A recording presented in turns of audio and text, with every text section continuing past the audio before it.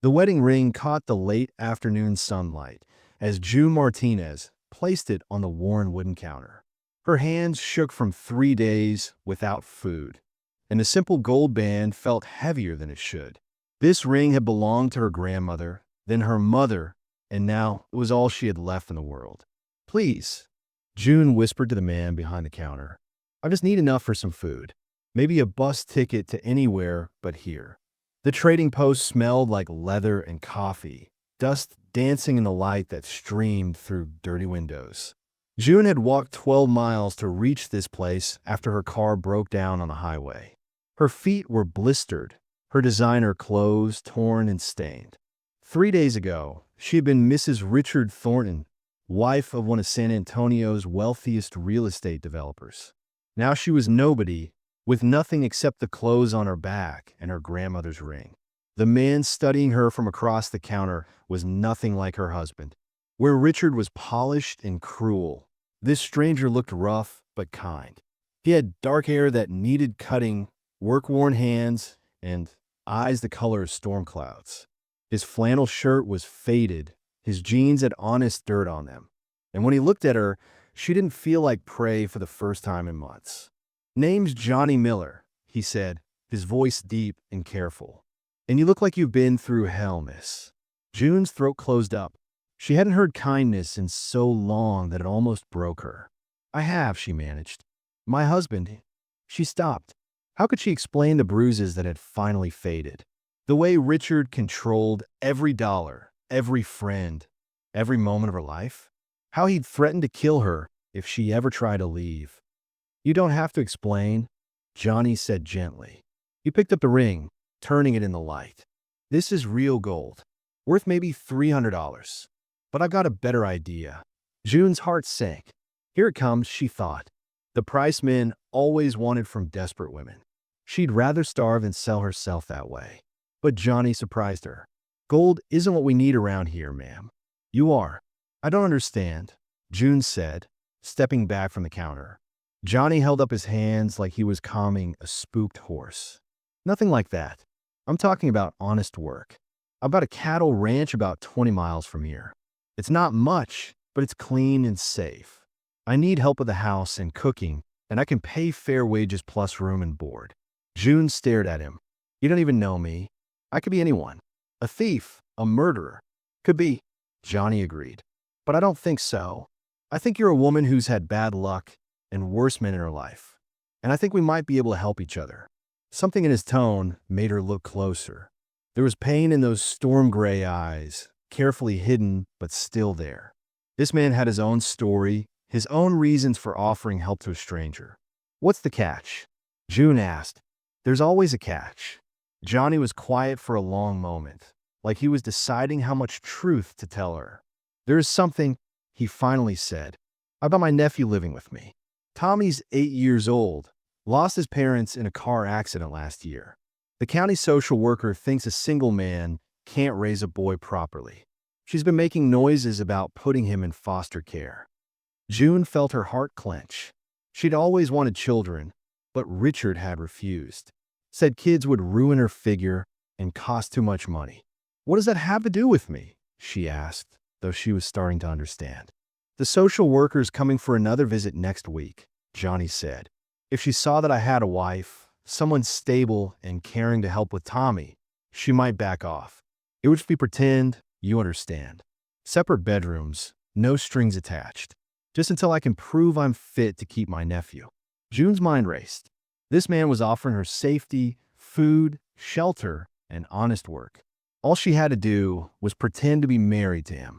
After 3 years of being trapped in a real marriage that was hell on earth, a fake one that offered freedom seemed like a miracle. "How do I know you're not like him?" she asked quietly. "How do I know you won't hurt me?" Johnny reached under the counter and pulled out a small wooden box. He opened it and placed a key inside, then slid the box across to her. "Your room will have a lock, and you'll have the only key. You can leave any time you want. I'll even drive you to town myself if you decide to go." He picked up her ring and placed it carefully in the box next to the key. "This stays here as insurance. If you want to leave, take it and go." If you want to stay, well, we can talk about that when the time comes. June looked at the box, at the key, at this stranger who was offering her something she'd almost forgotten existed. Choice. With Richard, there had been no choices, no freedom, no escape. But this man was giving her power, not taking it away. "What's an F you like?" she asked. For the first time, Johnny smiled, and it changed his whole face. Tommy's a good kid, smart as a whip, loves animals, asks a million questions. He's been through a lot, but he's tough. He'd like you, I think. And if the social worker doesn't buy that we're really married, Johnny's smile faded. Then I lose the only family I have left. June understood that feeling all too well. She'd lost her family when she married Richard, lost herself somewhere along the way. Maybe it was time to find out who she really was. "Okay," she said, surprising herself. "I'll do it." Johnny nodded once, like he'd been holding his breath. "Thank you. I promise you won't regret this." But as June followed him out to his truck, she couldn't help wondering if she was trading one kind of prison for another. Only time would tell if Johnny Miller was the answer to her prayers or just another mistake in a life full of them. The drive to Johnny's ranch took 40 minutes on dusty back roads that seemed to lead nowhere. June sat in the passenger seat of his old pickup truck, watching the endless Texas countryside roll by. Mesquite trees and scrub brush stretched in every direction, broken only by the occasional windmill or abandoned barn. She'd never been this far from civilization before. "So what's the story we're telling people?" June asked, breaking the silence that had settled between them. Johnny kept his eyes on the road. "Simple is better. We met a few months ago, had a quick courtship, got married last week. You're still settling in, which explains why nobody's seen you around town yet. And what about my past?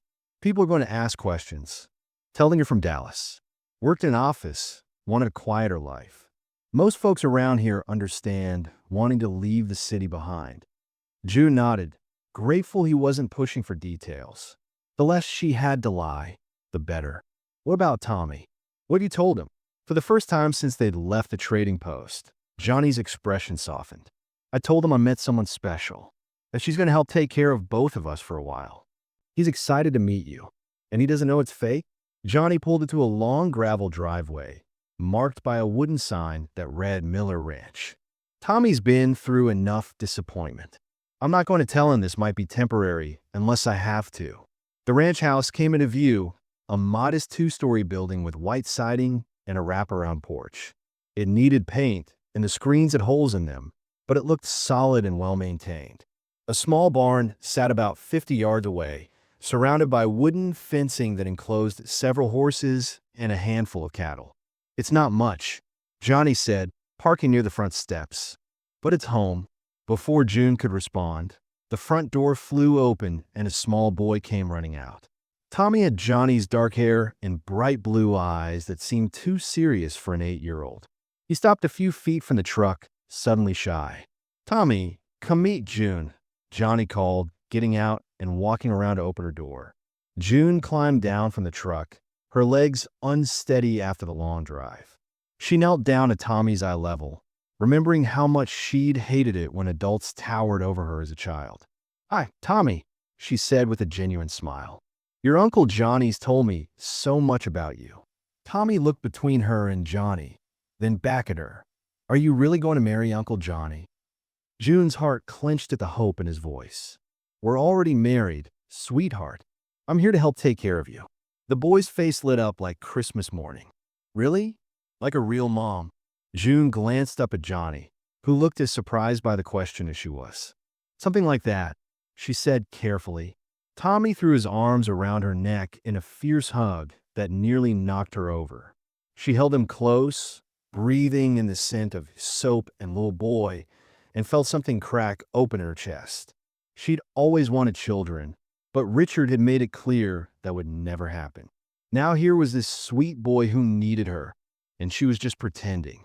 "Come on," Johnny said, his voice rough. "Let's get you settled in." The house was clean but sparse, with worn furniture that had seen better days. Johnny showed her around quickly, pointing out the kitchen, living room, and downstairs bathroom. The stairs creaked as they climbed to the second floor. "This is Tommy's room," Johnny said, opening a door to reveal a small bedroom with twin beds, toys scattered on the floor, and drawings taped to the walls. "And this is yours." The room he showed her was at the end of the hall, with a window that looked out over the pasture. It held a double bed with a handmade quilt, a dresser, and a small chair.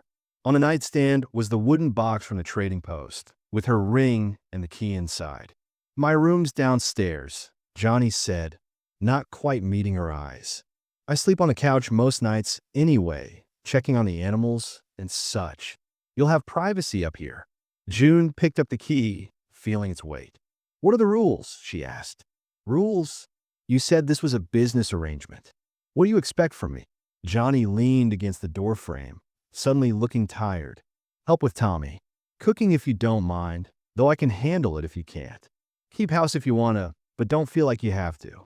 And when that social worker comes next week, just act like you belong here." That's it. That's it. "You're not my servant, June. You're doing me a huge favor, and I won't forget that." There was something in his voice that made her study his face. "You've been hurt before," she said. It wasn't a question. Johnny's jaw tightened. "Haven't we all?" Before she could respond, Tommy's voice called up the stairs. "Uncle Johnny, June, come see what I drew." They found Tommy in the kitchen, a crayon drawing spread on the table. It showed 3 stick figures holding hands in front of a house: a tall man, a woman with long hair, and a small boy. Above them, he'd written "Our Family" in uneven letters.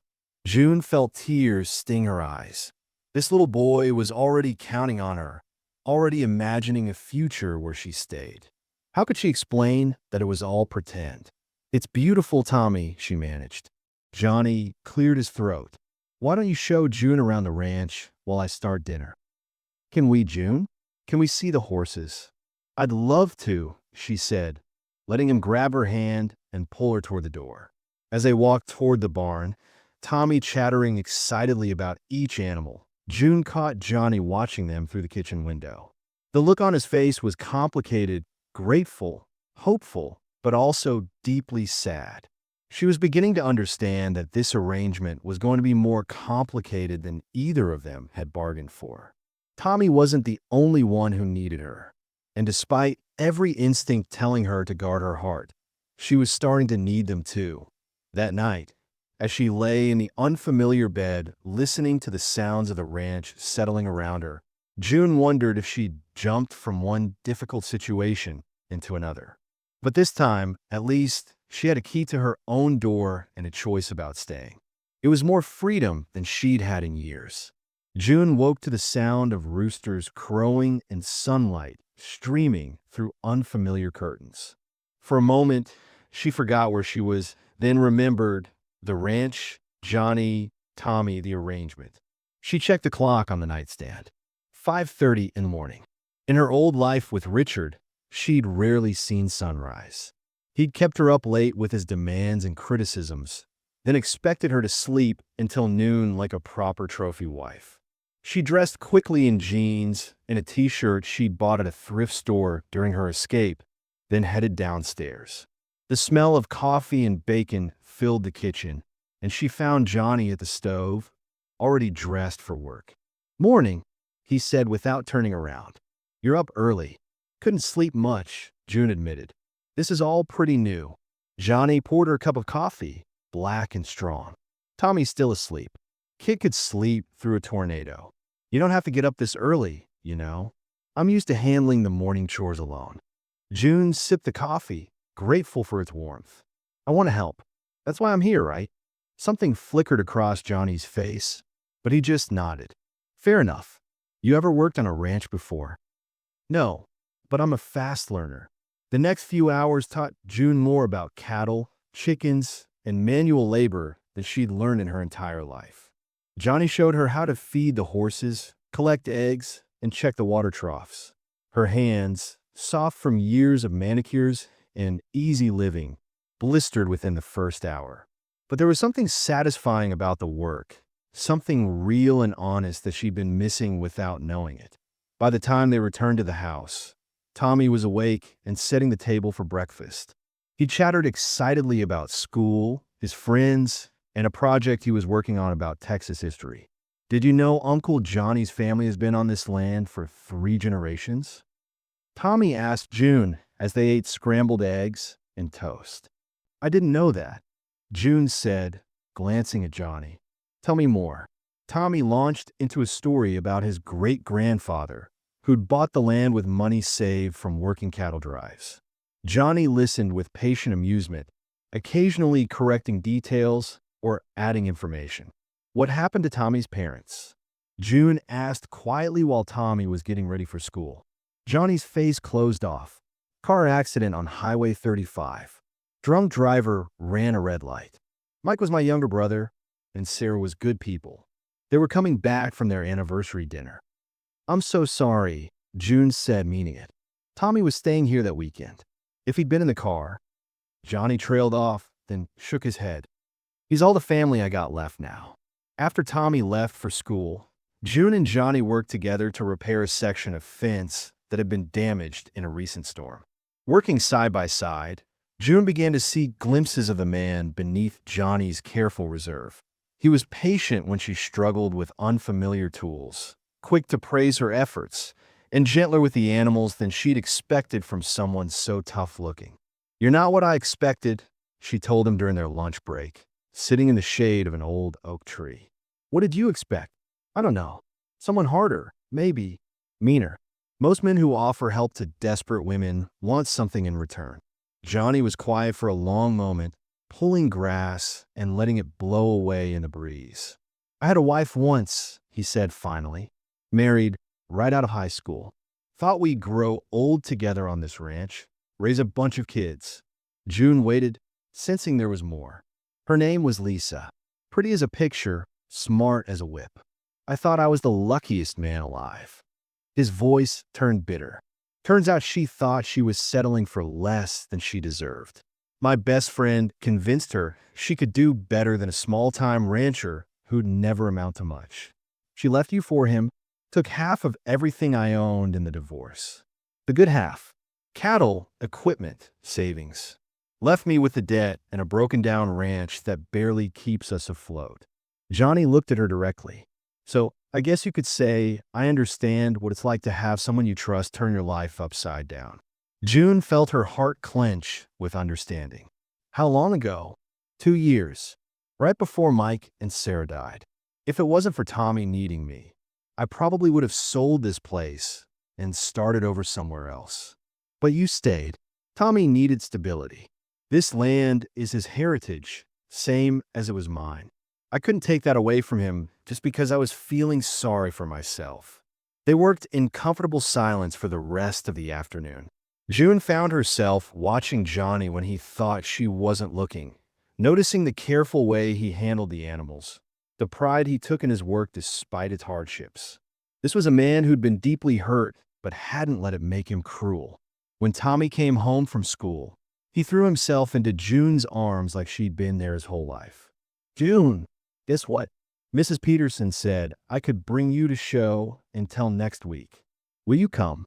June looked over Tommy's head at Johnny, who was watching them with an unreadable expression. I'd love to, she said. That evening, after Tommy had gone to bed, June and Johnny sat on the front porch watching the sunset paint the sky in shades of orange and pink. The silence between them was comfortable now, filled with the sounds of crickets and distant cattle. This is nice, June said softly. Peaceful. I've forgotten what that felt like. What was he like? Johnny asked. Your husband? June was quiet, so long he probably thought she wouldn't answer. Richard was controlling, she said finally. He liked to own things.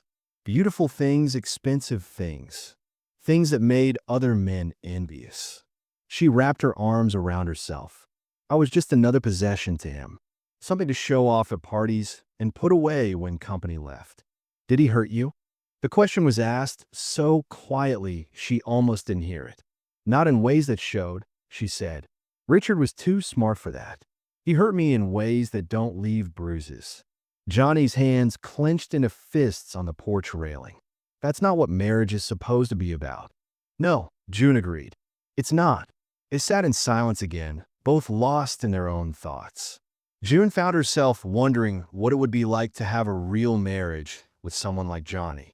Someone who worked hard, loved deeply, and treated her like a person instead of a possession. The thought scared her more than she wanted to admit. The social worker arrived on a Tuesday morning, exactly 1 week after June had come to the ranch. Miss Patricia Collins was a thin woman in her 50s with sharp eyes and a clipboard full of questions. She sat in the living room, studying June and Johnny like specimens under a microscope. "So you've been married how long?" Miss Collins asked, pen poised over her notepad. "3 weeks," June said, surprised at how steady her voice sounded. "We had a small ceremony in town." "Very small," Miss Collins noted. "No one I spoke to seems to remember it." June felt Johnny tense beside her on the couch. They'd prepared for this question, but it still made her nervous. "We went to the courthouse," Johnny said.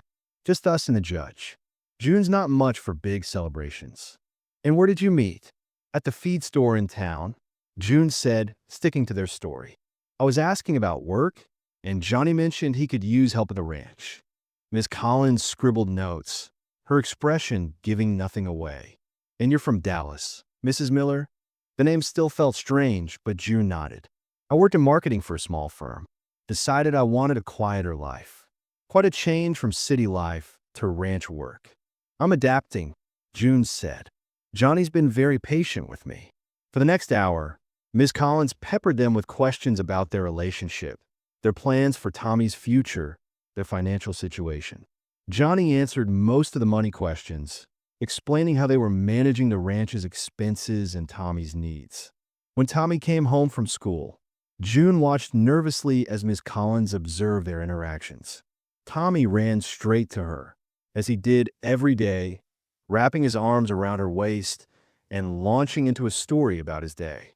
And then Billy Peterson said his dad could beat up any grown-up, but I told him my Uncle Johnny was stronger, and June makes the best chocolate chip cookies in the whole world. June's heart swelled with affection for the boy, even as she worried they were laying it on too thick. But Miss Collins was watching with interest rather than suspicion. "Tommy seems very attached to you," she observed. "June's been great with him," Johnny said, and the pride in his voice wasn't fake. "She helps with homework, makes sure he eats his vegetables, reads him stories at night." After Miss Collins left, June collapsed on the couch, emotionally drained. "How do you think we did?" "Better than I hoped," Johnny admitted. "She seemed to buy it." "Tommy certainly sold it." "He wasn't selling anything," June said quietly. "That's just how he really feels." Johnny looked at her for a long moment. "And how do you really feel?" Before June could answer, the phone rang. Johnny answered it with a gruff, "Miller Ranch." Then his face went pale. "Are you sure? When?" "Okay. Thanks for the warning." He hung up and turned to June, his expression grim. "That was Sam at the feed store. 2 men were in there this afternoon asking questions about you. Described you perfectly. Said they were looking for a missing person named June Thornton." June's blood turned to ice. "Richard found me." "Who are these men?" "Private investigators, probably. Richard has connections everywhere. Money can buy anything, including people who'll track down a missing wife." Johnny paced across the room, his hands clenched into fists. "How much time do we have?" "Not much. If they're asking questions in town, they'll be here soon. I have to leave." June stood up, her mind already racing through escape plans. "I can't bring this trouble to you and Tommy. Like hell you're leaving." The intensity in Johnny's voice stopped her cold. "What? You're not running anymore, June. We'll figure this out together. You don't understand what Richard's capable of. He has lawyers, money, influence. He'll destroy you to get to me." Johnny stepped closer, his gray eyes fierce. "Then let him try. This is my land, my home, and you're my wife now. Remember? I protect what's mine." The word mine sent a shiver through June that had nothing to do with fear. For a moment, she let herself imagine what it would be like if Johnny really meant it, if she really belonged to someone who would fight for her instead of against her. "What about Tommy?" she asked. "If Richard causes trouble, The social worker might decide you're unfit after all. Johnny's jaw tightened. We'll cross that bridge when we come to it. Right now, I need to know everything about your husband. His weaknesses, his secrets, anything we can use against him if it comes to that. June took a shaky breath. Richard built his fortune on real estate deals that weren't always legal. He has partners in city government, judges in his pocket. But he's also paranoid and controlling. He can't stand losing, especially something he considers his property. You're not property. Try telling him that. They spent the evening making plans, discussing options, preparing for the confrontation they both knew was coming. Tommy, sensing the tension, stayed close to June, as if afraid she might disappear. At bedtime, he hugged her extra tight. You're not going away, are you, June? June's throat closed up. I don't want to, sweetheart. Uncle Johnny won't let anyone take you away. He told me so. After Tommy was asleep, June found Johnny on the front porch, staring out at the dark pasture. She joined him on the steps, wrapping her arms around her knees. You don't have to do this, she said quietly. I can disappear tonight. Change my name. Find somewhere Richard will never look. Is that what you want? June considered the question. A month ago, running would have been her only thought. But now, sitting next to this strong, gentle man who'd shown her what kindness looked like, the idea of leaving felt like another kind of death. No, she admitted. I'm tired of running, tired of being afraid. But I'm more afraid of what Richard might do to you and Tommy. Johnny turned to look at her, and in the moonlight, his expression was soft but determined. June, these past few weeks with you here, watching you with Tommy, seeing you smile again, it's been the best time I've had since Lisa left. Johnny, I know this started as pretend, but somewhere along the way, it stopped feeling fake to me. I care about you. More than I should, maybe, but I can't help it. June's heart pounded. I care about you too. Both of you. More than I ever thought possible. Then we fight for this. Whatever comes, we face it together. Before June could respond, headlights swept across the yard as a car pulled up the drive. Johnny stood, instinctively moving to shield her with his body. A black sedan stopped near the house, and June's breath caught in her throat. She knew that car, knew the man getting out of it. Richard Thornton had found her. Richard Thornton stepped out of the black sedan like he owned the world. At 50, he was still handsome in the way that money could buy. Expensive haircut, perfect teeth, tailored suit that probably cost more than most people made in a month. But June saw what others missed. The cold calculation in his eyes, the cruel twist to his smile when he spotted her on the porch. Hello, darling, Richard said, his voice carrying the same false warmth that had once fooled her into thinking he cared. You've led me quite a chase. Johnny moved protectively in front of June, his hand resting on her shoulder. You're trespassing, mister. This is private property. Richard's gaze shifted to Johnny, taking in his work clothes and calloused hands with obvious disdain. You must be the cowboy my wife's been playing house with. I'm Richard Thornton, June's husband, the real one. I'm not your wife anymore, June said, finding her voice despite the fear clawing at her throat. I left you, Richard. It's over. Richard laughed, a sound like breaking glass. Oh, sweetheart, you can't just walk away from a marriage. Especially not with what you took from me. I didn't take anything that wasn't mine. My grandmother's ring, for starters. Family jewelry worth $50,000. That's grand theft in Texas. Johnny tensed. She's not wearing any ring worth $50,000. Because she sold it, of course. To buy her way into your bed, I imagine. Richard's smile turned vicious. Did she tell you about the money, cowboy? The $100,000 she stole from our joint accounts before she ran. June felt the world spinning around her. I never took any money from you. The accounts were all in your name. You made sure I couldn't access anything. Tell that to the sheriff, Richard said, pulling out his phone. I've already filed a complaint. Theft, fraud, adultery. In Texas, that's enough to put you away for years. A second car pulled up the drive, this one a police cruiser with sheriff's department markings. June's heart sank as a uniformed officer got out. his hand resting casually on his gun. "Sheriff Mason," Richard said warmly, extending his hand. "Thank you for meeting me here." "Mr. Thornton," the sheriff replied, shaking Richard's hand. "You said your wife was here?" "That's her." Richard pointed at June. "June Thornton, wanted for theft and fraud in Behar County." Sheriff Mason looked between June and Johnny, his expression neutral but alert. "Ma'am, I want to need you to come with me. There's a warrant for your arrest." "This is wrong," Johnny said, stepping forward. "June hasn't stolen anything.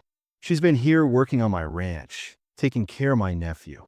"Playing house with stolen money," Richard corrected smoothly. "Sheriff, I have bank records showing unauthorized withdrawals, forged signatures. My wife cleaned out our accounts and disappeared."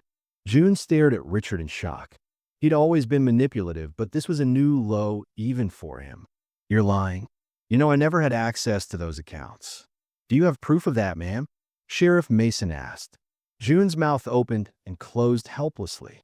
How could she prove something like that? Richard had controlled every aspect of their financial life, made sure she was dependent on him for everything. "I can vouch for her character," Johnny said firmly. "June Miller is my wife now. She's been living here honestly, working hard, caring for my family." Richard's eyebrows shot up. "Miller? How convenient. And when exactly did this marriage take place?" Johnny and June exchanged glances. Their fake marriage story was about to fall apart under scrutiny, and they both knew it. 3 weeks ago, June said quietly, "At the courthouse." "Funny thing," Richard said, pulling papers from his jacket. "I had my investigators check the marriage records for the entire county. No record of any June Thornton or June Miller getting married in the past month." Sheriff Mason frowned. "Is that true, ma'am?" June felt the walls closing in. Everything was falling apart, just like she'd known it would. Richard always won in the end because he had money and power and connections, while she had nothing but the kindness of a man who'd try to help her. "The marriage isn't legal," she admitted, her voice barely above a whisper. "But everything else Johnny said is true. I've been working here, taking care of his nephew, trying to build an honest life."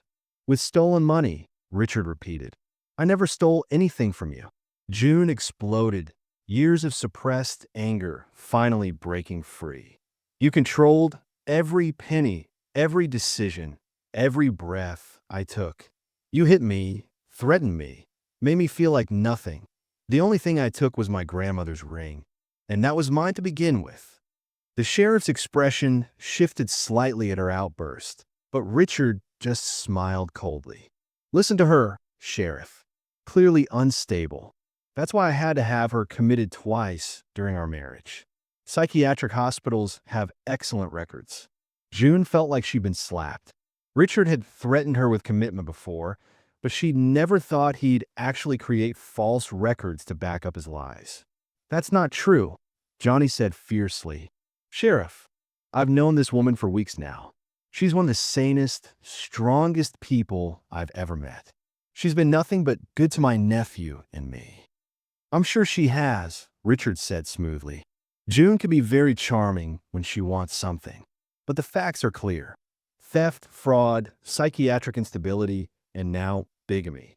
Sheriff, I think you have more than enough to take her into custody." Sheriff Mason looked uncomfortable but reached for his handcuffs. "Ma'am, I'm sorry, but I have to follow the warrant." "Wait," came a young voice from the porch. Tommy stood in the doorway in his pajamas, having been awakened by the voices. "What's happening to June?" "Go back inside, Tommy," Johnny said gently. But Tommy ran down the steps and wrapped his arms around June's waist. "You can't take her away. She's my mom now. She reads me stories and helps with my homework and makes me feel safe." Richard looked at the boy with distaste. "Children adapt, Sheriff. She'll be forgotten in a week." "No," Tommy cried, holding June tighter. "June belongs here. She belongs with us." June knelt down and hugged Tommy close, tears streaming down her face. "I'm so sorry, sweetheart. I try to protect you from this." Over Tommy's head, she met Johnny's eyes. The pain and helplessness she saw there broke her heart all over again. "I love you both," she whispered. "Remember that." As Sheriff Mason gently but firmly separated Tommy from her and placed the handcuffs on her wrists, June saw Richard's triumphant smile and knew that once again he had won. But this time, she wasn't the only one who would pay the price. June spent the night in a holding cell that smelled like disinfectant and desperation. She sat on the narrow bunk, staring at the concrete walls, trying not to think about Tommy's tears or the defeated look in Johnny's eyes as the sheriff's car had pulled away. Richard had won again, just like he always did. The next morning, a guard opened her cell door. "You've got a visitor," he said. June expected to see Richard coming to gloat or make another threat. Instead, she found herself face to face with a woman she'd never seen before, mid-40s, professional but kind-looking, with graying hair and intelligent brown eyes. "Mrs. Thornton? I'm Sarah Martinez, attorney with Legal Aid. Johnny Miller asked me to represent you." June's throat tightened. Even now, even after everything had fallen apart, Johnny was still trying to protect her. "I can't pay for a lawyer. Johnny's already taken care of that. Now, let's talk about these charges against you." For the next hour, Sarah went through Richard's accusations point by point. The more they talked, the more Sarah's expression shifted from professional concern to outright anger. "These bank records your husband provided," Sarah said, spreading papers across the table. "The signatures don't match your handwriting samples. And the dates of these supposed withdrawals? You're documented as being in the hospital during 2 of them, emergency room visits for injuries." June's heart began to pound. "You found the hospital records?" "Johnny gave me the name of the doctor who treated you the last time. Dr. Williams kept detailed notes about your injuries and his suspicions about domestic abuse. He's willing to testify." Hope flickered in June's chest for the first time in days. "What does that mean?" "It means your husband has been very sloppy in his attempt to frame you. And that's not all we found." Sarah pulled out another folder. "Johnny did some investigating of his own. Turns out Richard Thornton has been under investigation for real estate fraud for the past 6 months. Investigators have been building a case against him for money laundering and tax evasion." June stared at the papers in shock. Richard's in trouble, big trouble. And when investigators heard about his attempt to frame his wife for theft, they became very interested in talking to you. "Seems Richard's been moving money through accounts in your name without your knowledge." The cell door opened again, and Sheriff Mason appeared. "Mrs. Thornton, you're free to go. All charges have been dropped." June's legs felt weak as she stood up. "What happened?" "Investigators took over the case this morning," the sheriff said, looking embarrassed. "Turns out your husband's been lying about pretty much everything. I owe you an apology, ma'am." Outside the sheriff's office, Johnny was waiting for her. The moment June saw him, she broke down crying, and he wrapped her in his strong arms, holding her like he never planned to let go. "I'm so sorry," she sobbed against his chest. "I brought all this trouble to you and Tommy. You should have let me go." "Never," Johnny said fiercely, stroking her hair.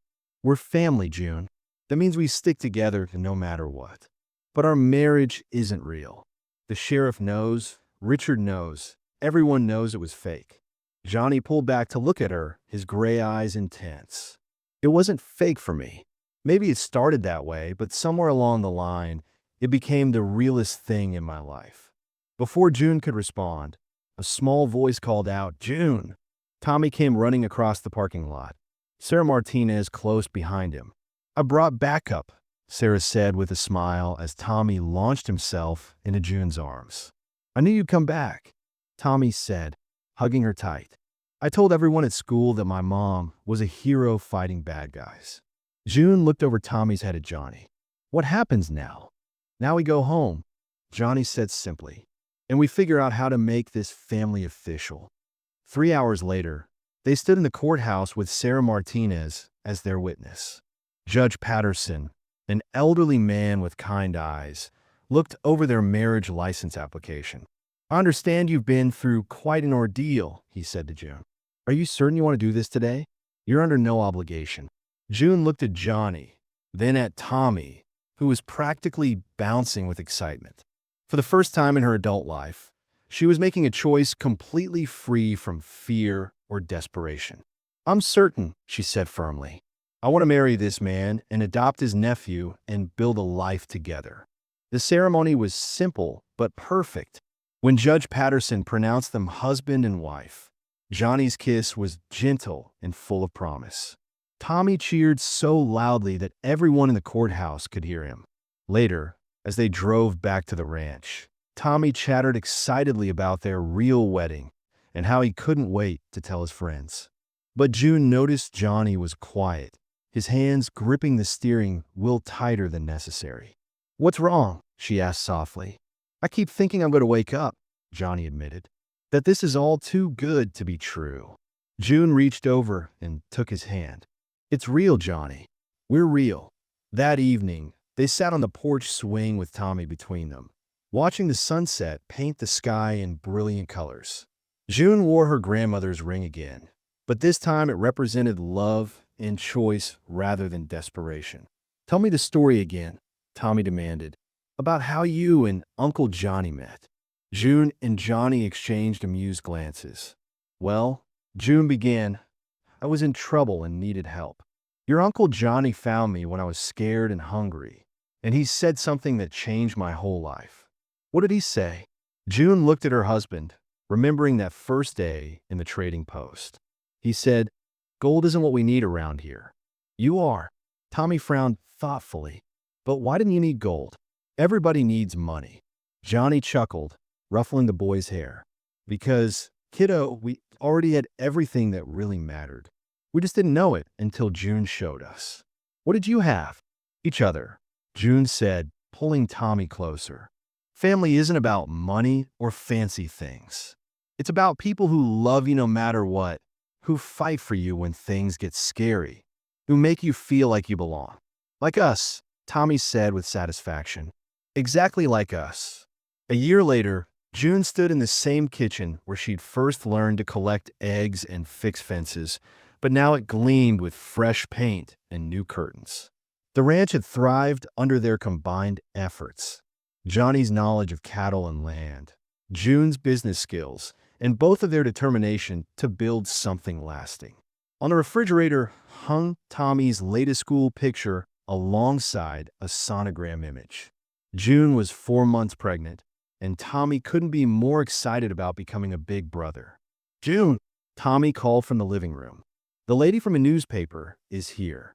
June smoothed her dress and went to meet the reporter who wanted to write about their local success story. The Miller Ranch had become profitable enough to expand, and June's program helping other domestic abuse survivors had attracted regional attention. "Mrs. Miller," the reporter said, shaking her hand, "I understand you came here under difficult circumstances and turned your life completely around." "We all did," June said, glancing at Johnny, who was holding their latest ranch hands baby while the woman interviewed for the bookkeeping position June had created. "Sometimes the worst things that happen to you lead to the best things." "And what advice would you give to other women in similar situations?" June thought of her grandmother's ring, now safely stored in a jewelry box upstairs, waiting to be passed down to the daughter she carried. She thought of Richard, serving a sentence for fraud and money laundering. Mostly, she thought of the scared, desperate woman who had placed her most precious possession on a counter and begged for help. "I'd tell them that their worth isn't measured by what someone else thinks of them," June said firmly. "That sometimes what looks like the end is actually the beginning, and that there are still good people in the world who will help if you're brave enough to ask." The reporter scribbled notes. "Any regrets about leaving your old life behind?" June looked out the window at Tommy playing with the ranch dogs, at Johnny fixing a fence post with patient precision, at the mountains that had become home. "None at all," she said. "This is where I belong. This is where I was always meant to be." That night, after the reporter left and Tommy was asleep and the ranch was quiet under a blanket of stars, June and Johnny sat on their porch swing and talked about plans for expanding the house and name for the baby and dreams they were finally free to dream. "Do you ever think about that first day?" Johnny asked, his arm around her growing waist. "Every day," June admitted. I was so desperate, so scared. I thought I was trading my ring for food. What were you really trading it for? June smiled, resting her head on her husband's shoulder. Everything. A future, a family, love, hope. A chance to become who I was meant to be. Gold isn't what we need, Johnny murmured, echoing the words that had started it all. No, June agreed, feeling their baby kick against her ribs, hearing Tommy's peaceful breathing through his open window, surrounded by the life they'd built together. You're what I needed. You're what we all needed. And under the vast Texas sky, with the ranch settling into sleep around them, Mr. and Mrs. Miller planned their forever.